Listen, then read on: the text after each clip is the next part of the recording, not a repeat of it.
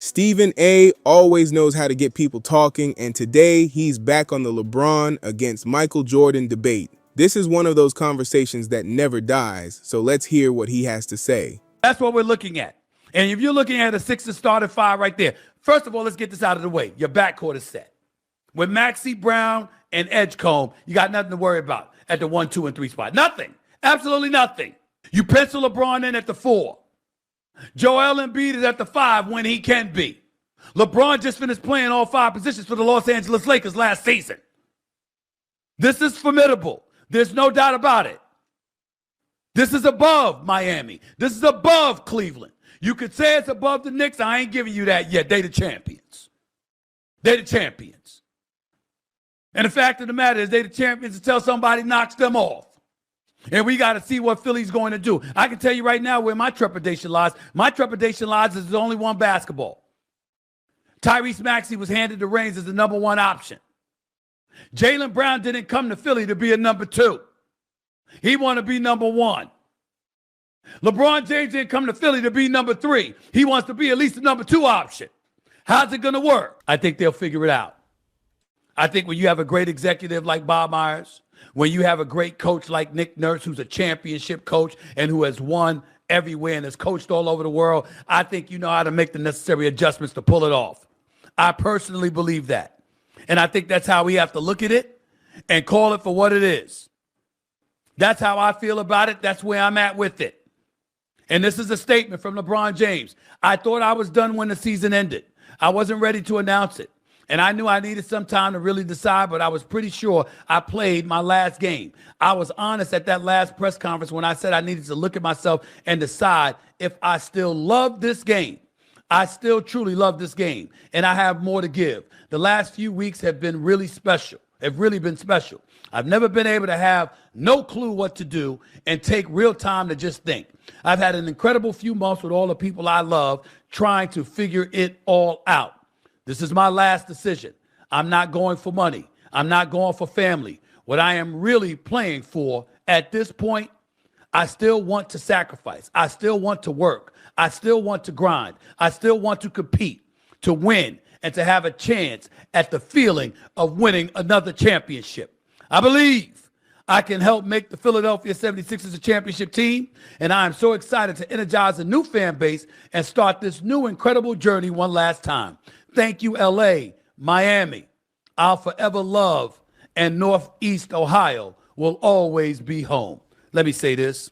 76ers have won a championship in 43 years. LeBron James going to Philadelphia and erasing a 43-year championship drought will be one of the greatest accomplishments of his career. But respectfully, I think he's lying his ass off when he was talking about thinking about retiring. I don't believe that for 1 second. That's the only part of that statement that I think he's full of it. I don't believe it for 1 second. LeBron James wants to play 25 years in the NBA. He wants to do a quarter century. That's why he signed a 2-year deal, even though it's got a player option. That's why he signed a 2-year deal. He wants to play 25 years. And he wants to win.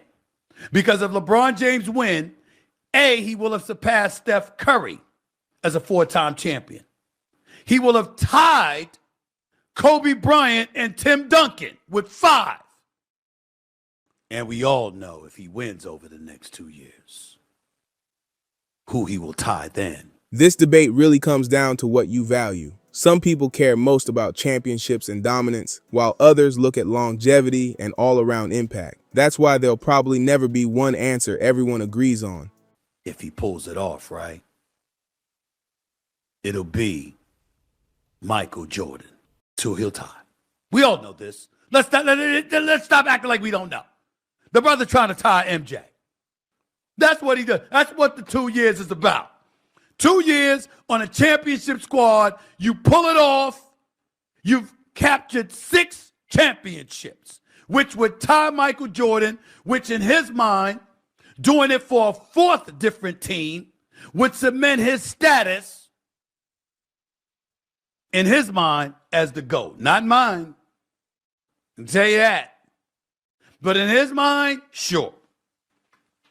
In the minds of some of these wet behind the ears, breath smelling like Similac, young whippersnappers out there, sure, that's exactly what y'all gonna think.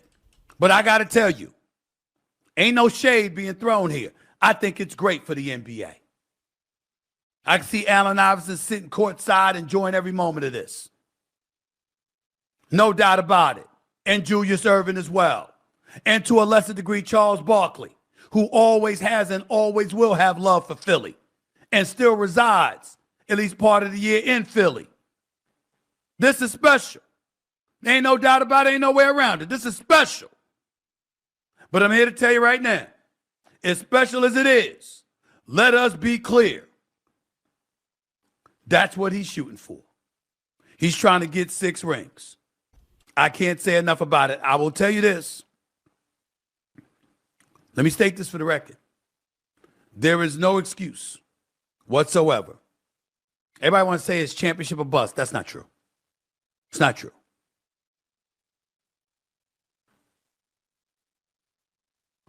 It's not championship or bust, and I'm going to tell you why. Even now, the Philadelphia 76ers are not better than a healthy Oklahoma City Thunder. Philadelphia 76ers are not better than a healthy Oklahoma City Thunder. Right now, even though a game hasn't been played and they've got all season long to develop their chemistry, you can't definitively say that the New York Knicks are inferior to the Sixers. Sixers got to develop chemistry. You got to make sure Jalen Brown is all right with not being the number 1 option. You got to make sure LeBron is okay with not being the number 3 option. You can't put LeBron James in his 24th year at age 41, approaching 42 years of age in December, as an option ahead of Tyrese Maxey and Jaylen Brown. That don't work. You can't do that. You can't do that. You got to understand that LeBron James, at the very least, is at the very most, is a third option. And he's got the versatility and the skill set, and the basketball savant that he is to adjust accordingly. And sometimes he'll look like a number 2 or number 1 option at certain increments during the game. But this is Tyrese Maxey's team.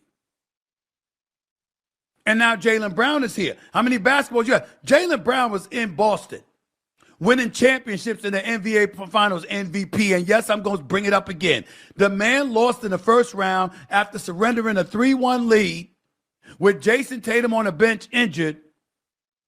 And he said it was his favorite season. I understand he could say what he meant and whatever. But the bottom line is, you know what a championship tastes like. You just won one 2 years ago. You know what it is. You know what it's like.